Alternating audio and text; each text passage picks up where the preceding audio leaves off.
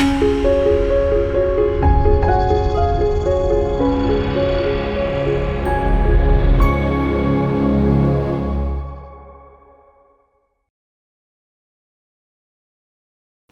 మాత్రం. నేను మీ జర్నలిస్ట్ నవత.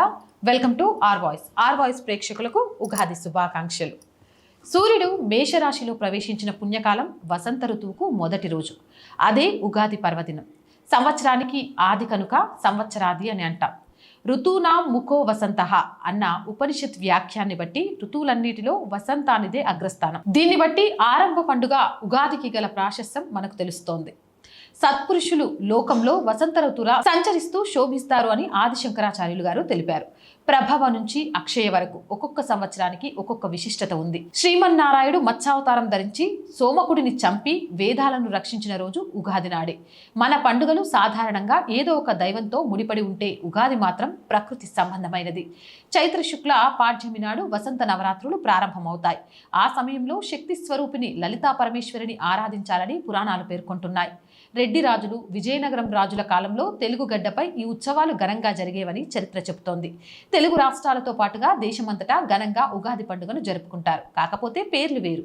కేరళలో విషు పేరుతో ఉగాదిని జరుపుకుంటే పంజాబ్, హర్యానా రాష్ట్రాల్లో భైశాఖి అని పిలుస్తారు. మహారాష్ట్ర, ఒరిస్సా, గోవాలో గుడి పడ్వా అని, తమిళనాడులో వరూషి పిరప్పు అనే పేరుతో జరుపుకుంటారు. ఇక అస్సాంలో రొంగాలి బిహు, పాయిలా భైశాఖ్ అనే పేరుతో, పశ్చిమ బెంగాల్లో పహేల్ భైశాఖి అనే పేరుతో బీహార్లో నిర్వహించుకుంటారు.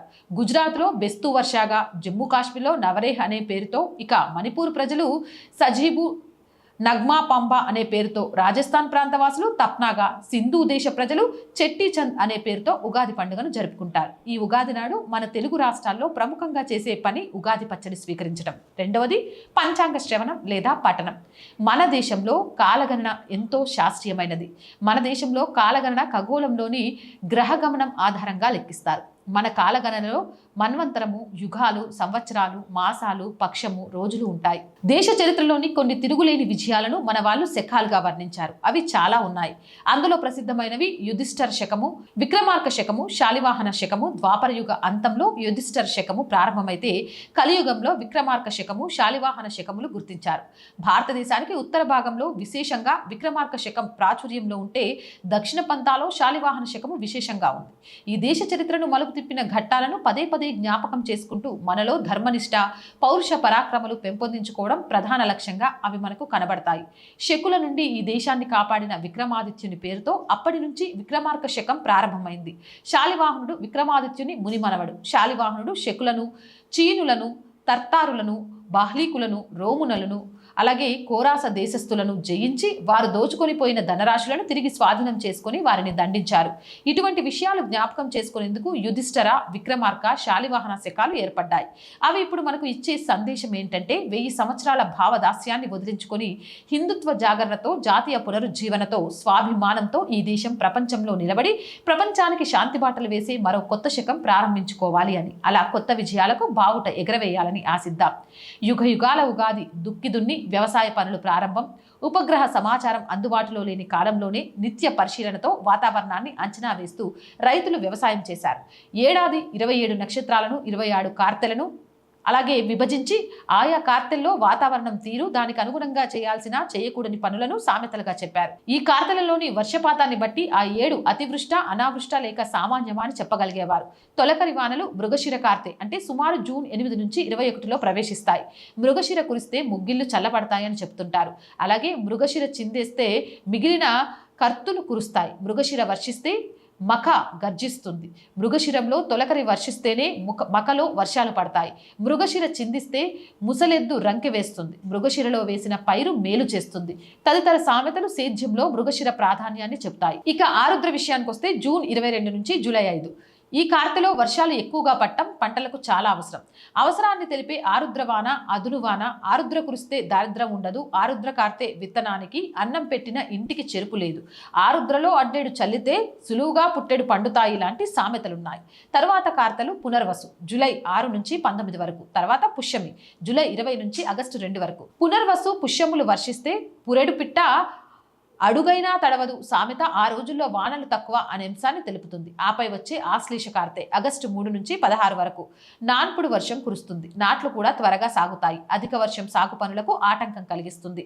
అరికాలు తడి అయ్యేంత వర్షం నాట్లకు అనుకూలం. ఆశ్లేషలో అడుగునకొక చినుకు అయినా అడిగినన్ని పండలేను అందట వరి. ఆశ్లేషలో అడ్డెడు చల్లడం మేలు మొదలైనవి ఆశ్లేష కార్తెకు సంబంధించిన సామెతలు. ఇక మక ఆగస్టు 17 నుంచి 30 శ్రావణంలో వస్తుంది. వానలు ఎక్కువ.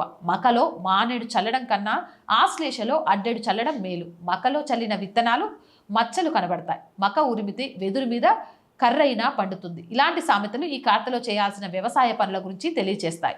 ముందు వచ్చే కార్తెలలో వర్షాలు అంతగా కురవకపోయినా వర్ష ఋతువులో వచ్చే మక పుబ్బ కార్తెలలో తప్పక కురవాలి, లేకపోతే క్షామం తప్పదు. మక పుబ్బాలు మరపైతే మహా ఎత్తైన క్షామం మకలో పుట్టి పబ్బలో ముడినట్లు మకలో పుట్టి పుబ్బలో మాడిపోతాయి. ఏదైనా స్వల్పకాలంలోనే అణిగిపోతే దీనిని సామెతలు దీన్ని సూచిస్తాయి.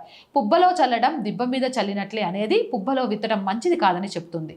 ఉత్తర చూసి ఎత్తరగప్ప ఉత్తర కార్తె సెప్టెంబర్ మధ్యలో వస్తుంది. ఖరీఫ్ పంట ఒక దశకు చేరుతుంది. ఈ కార్తె ప్రవేశించే నాటికి వానలు సరిగ్గా పడకపోతే సాగు కష్టమని చెప్పడమే ఈ సామెత ఉద్దేశం. దీన్నే సూచించేందుకు గంపను ఎత్తి పక్కన పెట్టమని చెప్పారు జానపదులు. ఉత్తరలో వరి నాటడానికి ఆలస్యం అవుతుంది. వేరుశెనగ, సజ్జ, పప్పు ధాన్యాలు కూడా ఈ కార్తెలో విత్తకూడదు.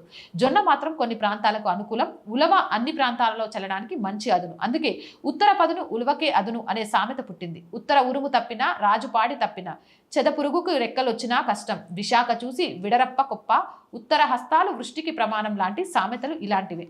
ఇక ఉత్తర తర్వాత వచ్చేది హస్త. ఆశ్లేషలో నాటిన వరి పంట హస్తకార్తె వచ్చేసరికి అనాకు పొట్ట దశకు వస్తుంది. చిత్తకార్తెలో చిరుపొట్ట వస్తుంది. వెన్ను చిరుపొట్టతో ఉంటుంది. ఈ సమయంలో నీరు చాలా అవసరం. అప్పుడు వర్షం లేకపోతే పంట చేతికి రావడం కష్టం. హస్త కురవకపోతే విత్తినవాడు ఒక్కటే. హస్తకు ఆనుకు పొట్ట, చిత్తకు చిరాకు పొట్ట. హస్త చిత్తలు ఒక్కటైతే అందరి సేద్యం ఒకటే. చిత్త కురిస్తే చింతలు కాస్తాయి. చిత్త స్వాతులు కురవకపోతే చిగురటాకులు మాడిపోతాయి. ఇలాంటి సామెతలు చాలా ఉన్నాయి. యథా చిత్త తథా స్వాతి. చిత్తలో వర్షం ఎలా ఉంటుందో స్వాతిలో కూడా అలానే ఉంటుంది. ఈ కార్తెలో సాధారణంగా గాలివానలు వస్తాయి. స్వాతివాన చెనుకు హర్షం చిత్తగించింది. స్వాతి చల్లచేసి విశాఖ విసరకుంటే వీసానికి పుట్టెడు పండుతానంటుంది జొన్న లాంటి సామెతలు తెలుగులో ఎన్నో ఉన్నాయి. ఇక విశాఖ కార్తె వచ్చేటప్పటికి వరి కోతకు సిద్ధమవుతుంది. వర్షం అవసరం ఉండదు. ఈ అనుభవంతో వచ్చిన సామెత విశాఖ కురిస్తే పంటకు విషమే. అయితే మక పుబ్బల్లో చల్లిన ఆముదాలు విశాఖలో పొట్ట మీద ఉంటాయి. అప్పుడు వాటికి వర్షం అవసరం. అందుకే విశాఖ వర్షం ఆముదాలకు హర్షం. ఇక భరణి, కృతిక, రోహిణీలపై భరణి కురిస్తే ధరణి పండును. కృతికలో విత్తితే కుత్తుకలు నిండువు. రోహిణిలో విత్తితే రోటిలో విత్తినట్లే లాంటివి రైతుల ప్రకృతి పరిశీలన దృష్టికి నిదర్శనాలు. ఊరి ముందర చేను ఊళ్ళో బియ్యం అందిరావు. ఊరికి సమీపంలో చేను ఉంటే ఊళ్ళో ఉండేవారు. వచ్చిపోయేవారు పశువుల బెడద. ఇంత కష్టం ఉంటుంది. ఇక ఊళ్ళో బియ్యం సంగతి భార్యాభర్తలందరికీ ఒకే ఊరైతే ఆ ఇంట్లో విషయం ఆ ఇంట్లో, ఈ ఇంట్లో విషయాలు ఆ ఇంట్లో తెలిసి సంసారం ఇబ్బందికరంగా సాగుతుంది. ఈ సామెత పుట్టుకకు కారణం ఇదే. కర్ణునితో భారతం సరి, కార్తీకంతో వానలు సరి, ఫాల్గుణ మాసపు వాన 10 పనులకు చెరువు.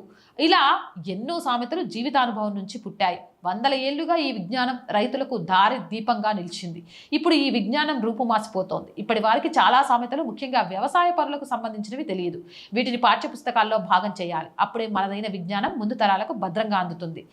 ఇక ఈ సంవత్సరం మరిన్ని విజయాలను అందివ్వాలని మనస్ఫూర్తిగా కోరుకుంటూ ఆర్ వాయిస్ బంధువులందరికీ, హిందూ బంధువులందరికీ మరొకసారి ఉగాది శుభాకాంక్షలు. జై హింద్, జై భారత్.